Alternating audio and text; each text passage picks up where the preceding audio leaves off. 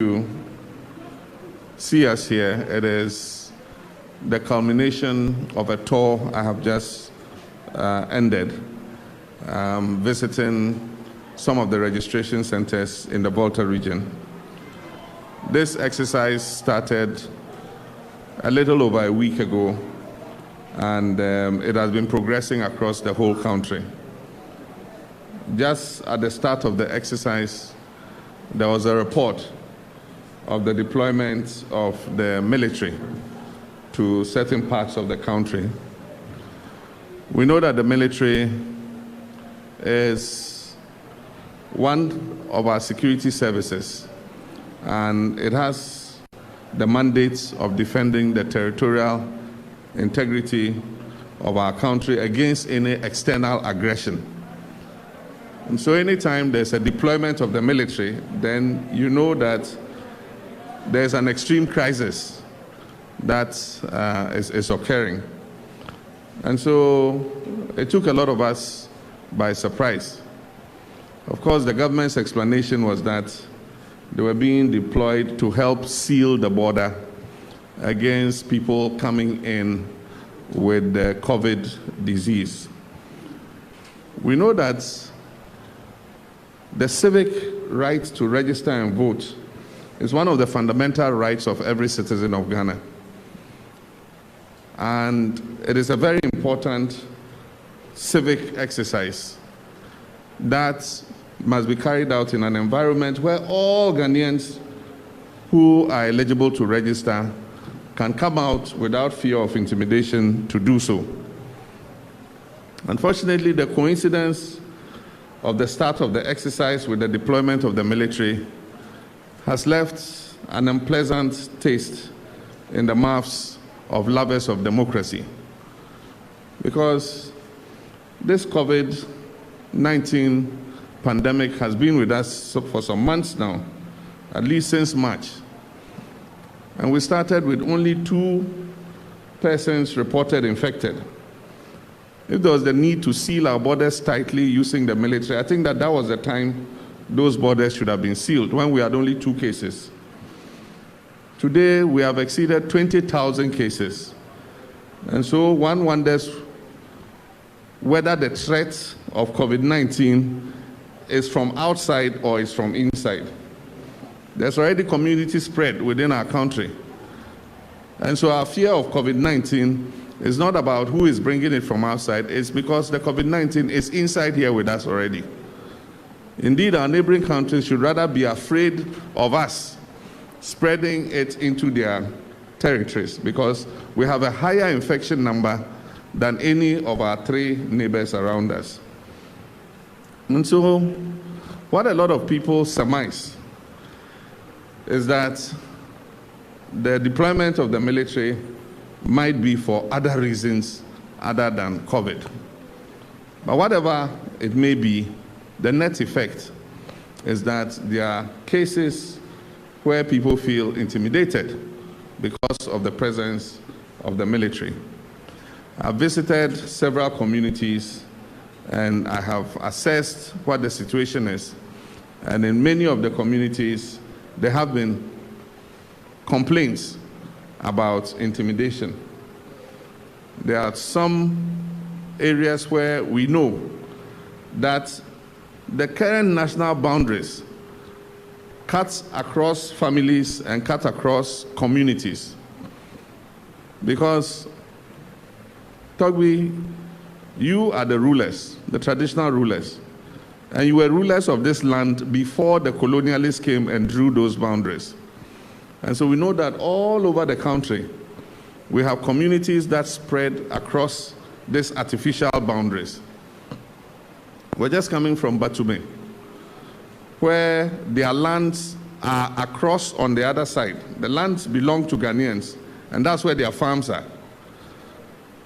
As a result of the presence of the military and the sealing of the borders, people who are crossing to go to their farms are prevented from doing so, because a registration exercise is taking place.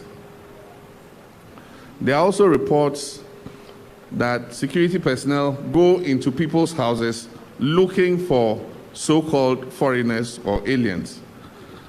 I don't think that that's the mandate of the military, to go into people's houses looking for so-called foreigners.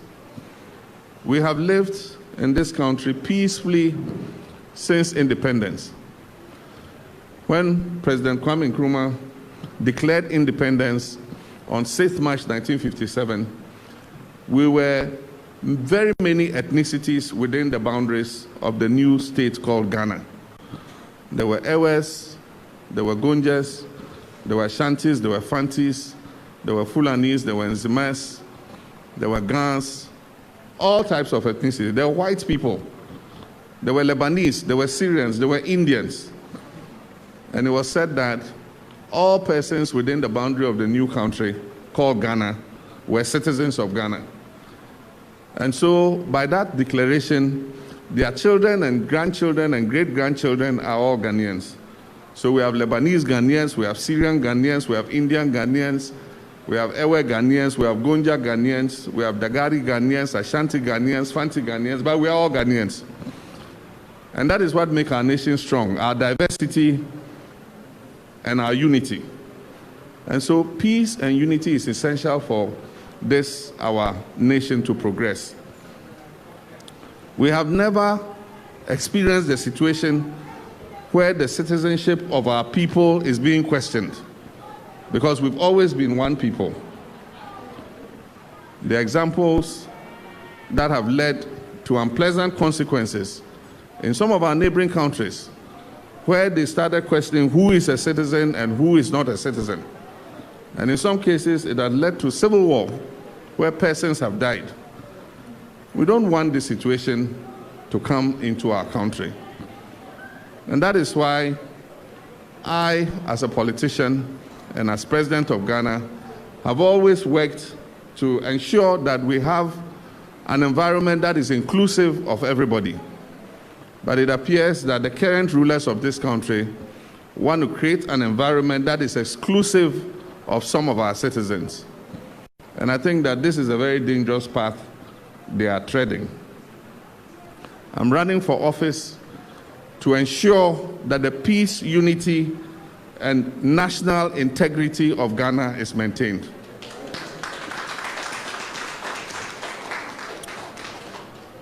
When the president swears an oath, he swears an oath to be the president of all Ghanaians, not some Ghanaians. When the president swears the oath of office, he swears an oath to do justice by all manner of persons in this country. And I think that this president must live by his oath and ensure that every Ghanaian who is eligible to be a part of this process is permitted to be a part of the process. Togbi, I want to congratulate you and the National House of Chiefs.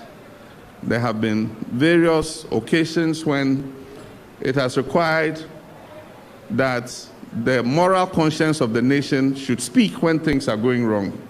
And I believe that that is the duty of our traditional leaders, our religious leaders, civil society organizations, because the country belongs to us.